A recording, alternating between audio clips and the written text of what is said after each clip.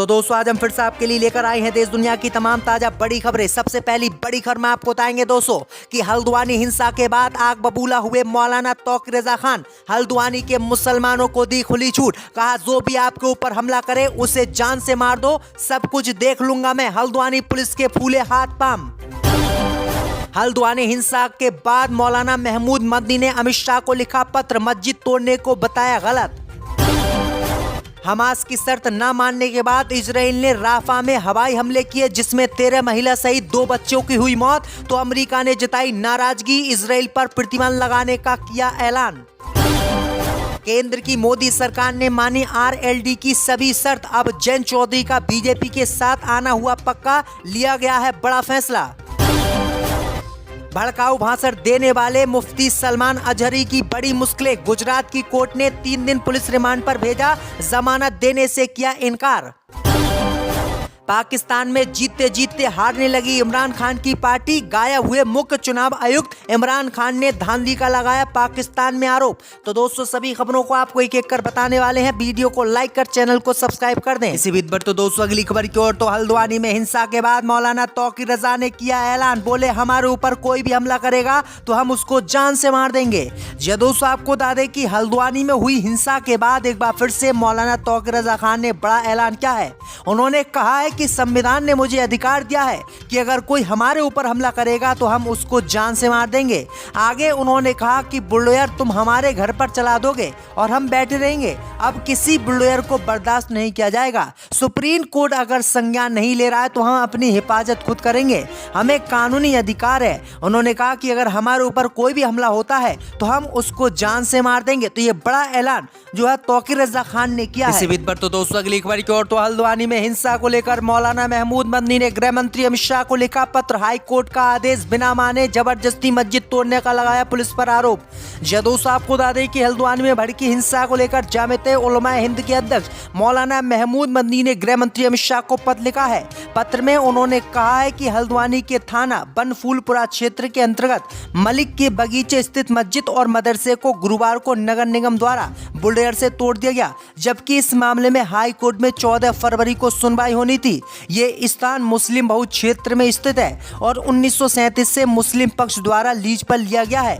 आगे उन्होंने कहा कि मस्जिद और मदरसे के ध्वस्तीकरण का क्षेत्र के लोगों द्वारा विरोध किया गया, जिस पर पुलिस ने मुसलमानों पर लाठीचार्ज की और इससे क्षेत्र में अफरा तफरी मच गई। उन्होंने आरोप लगाया है कि उत्तराखंड में लगातार हमारे मदरसे, मस्जिदें और दरगाहें तोड़ी जा रही हैं और इस पर रोक लगनी चाहिए, नहीं तो हल्द्वानी जैसी जगह कितनी जगह हिंसा फैलेगी और मुसलमान फिर चुप नहीं बैठेंगे। तो गृह मंत्री अमित शाह को ये सीधी चिट्ठी मौलाना महमूद मदनी ने लिखी है। अब देखते हैं कि गृह मंत्री अमित शाह इस पर क्या एक्शन लेते हैं। पर तो दोस्तों अगली खबर की ओर। तो मुफ्ती सलमान अजहरी की बड़ी मुश्किलें, गुजरात की कोर्ट ने पुलिस रिमांड पर भेजा, मुसलमानों का विरोध नहीं आया काम।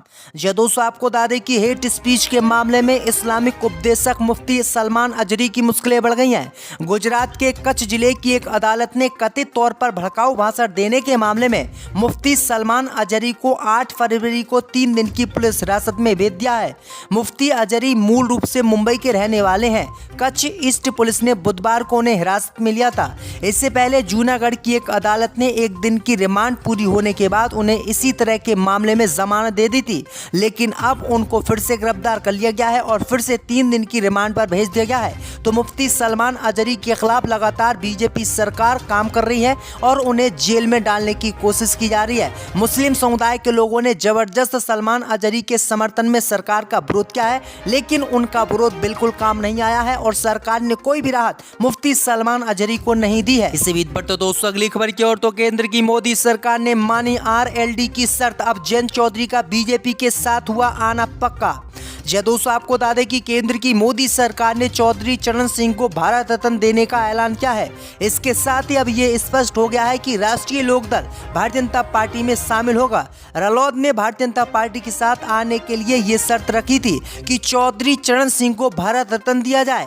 पीएम मोदी ने इस संदर्भ में पोस्ट भी किया है कि हमारी सरकार का ये सौभाग्य है कि देश के पूर्व प्रधानमंत्री चौधरी चरण सिंह जी को भारत रत्न से सम्मानित किया जा रहा है। ये सम्मान देश के लिए उनके अतुल्य योगदान को समर्पित है। तो ये बड़ी अपडेट आ रही दोस्तों कि अब दोनों के बीच गठबंधन हो गया है। तो दोस्तों अगली खबर की ओर, तो गाजा पट्टी में हमास के प्रस्ताव को ठुकराने के बाद इजराइल ने किया हवाई हमला, 13 बच्चों सहित 2 महिलाओं की हुई मौत। अमेरिका के राष्ट्रपति ने जताया विरोध।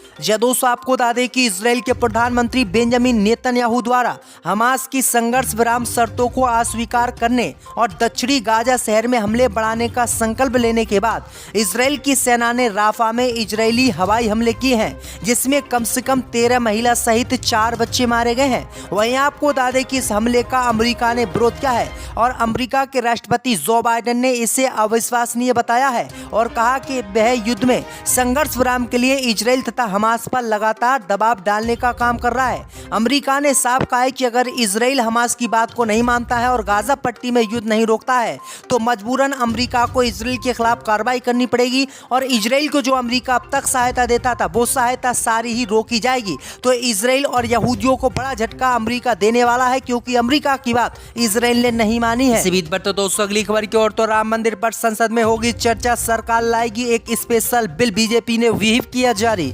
दोस्तों आपको बता दें कि केंद्र की मोदी सरकार कल दोनों सदनों में राम मंदिर पर चर्चा कराएगी। संसद में सीधे राम मंदिर पर चर्चा नहीं हो सकती, इसलिए इसके लिए एक बिल अलग से मोदी सरकार लेकर आएगी और दोनों सदनों के बीजेपी सांसदों के लिए कल के लिए एक व्हीप जारी किया गया है और संसद का बजट सत्र भी इस दौरान चल रहा है। इससे पहले भाजपा शासित गुजरात विधानसभा में बजट सत्र के दौरान उत्तर प्रदेश के अयोध्या में नए राम मंदिर के निर्माण के लिए मोदी का काफी सराहना की गई थी और मोदी के समर्थन में सर्वसम्मति से एक प्रस्ताव भी पारित किया गया था और वही काम अब बीजेपी संसद में करने जा रही है। पर तो दोस्तों अगली खबर की ओर, तो हल्द्वानी में पुलिस वालों ने फैलाई थी जबरदस्ती हिंसा, मुसलमानों पर किया था लाठीचार्ज।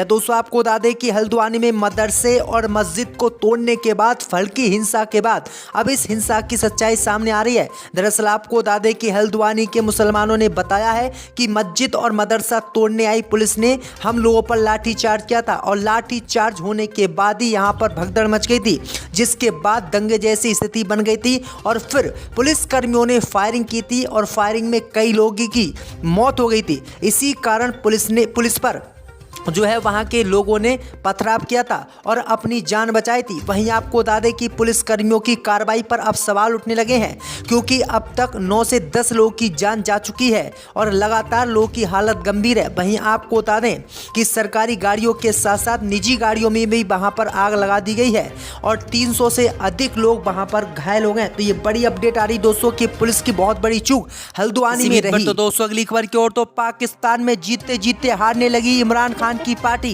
गायब हुए मुख्य चुनाव आयुक्त। दोस्तों आपको बता दें कि पाकिस्तान में आम चुनाव के बाद वोटों की गिनती जारी है। मतदान खत्म होने के 15 घंटे बाद भी चुनाव के स्पष्ट नतीजे नहीं आए हैं। अनौपचारिक और अपुष्ट रुझानों में इमरान खान की पार्टी द्वारा उम्मीदवार बहुत ज्यादा बढ़त बनाए हुए हैं और इमरान खान की पार्टी चुनाव जीतने की ओर है। लेकिन अब खबर सामने निकल कर आई दोस्तों कि चुनाव के नतीजे माफ कीजिएगा, मतगणना का समय भी खत्म हो गया और पूरी मतगणना हो भी गई, उसके बाद भी इमरान खान की पार्टी को अभी तक जिताया नहीं गया है। वहीं आपको बता दें कि नवाज शरीफ को जबरदस्ती इमरान खान के खिलाफ पाकिस्तान में प्रधानमंत्री बनाने की कवायद शुरू हो गई है, क्योंकि मुख्य चुनाव आयुक्त गायब हो गए हैं, क्योंकि इमरान खान की पार्टी पीटीआई जबरदस्त वोटों से सबसे आगे चल रही है और इमरान खान को हराकर जबरदस्ती नवाज शरीफ को प्रधानमंत्री बनाने की कोशिश की जा रही है। इसी बीच पर तो दोस्तों अगली खबर की ओर, तो कमजोर हो गई अमेरिका के राष्ट्रपति की याददाश्त, रिपोर्ट आने पर बाइडेन बोले ये ठीक है।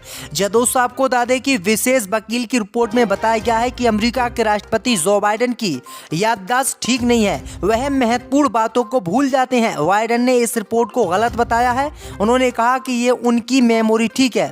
बाइडेन की उम्र और मेमोरी को लेकर लंबे समय से चिंता रही है। गुरुवार को गोपनीय दस्तावेजों के उनके कब्जे की जांच वाले एक विशेष वकील की रिपोर्ट जारी हुई है। इसके बाद अमेरिका राष्ट्रपति की मेमोरी को लेकर चर्चा हो गई है, क्योंकि अमेरिका का जो राष्ट्रपति है जो बाइडेन, उनकी उम्र 81 वर्ष है और 81 वर्ष की उम्र बहुत ज़्यादा होती है। तो ये बड़ी अपडेट आ रही दोस्तों कि अमेरिका के राष्ट्रपति की याददाश्त कमज़ोर है।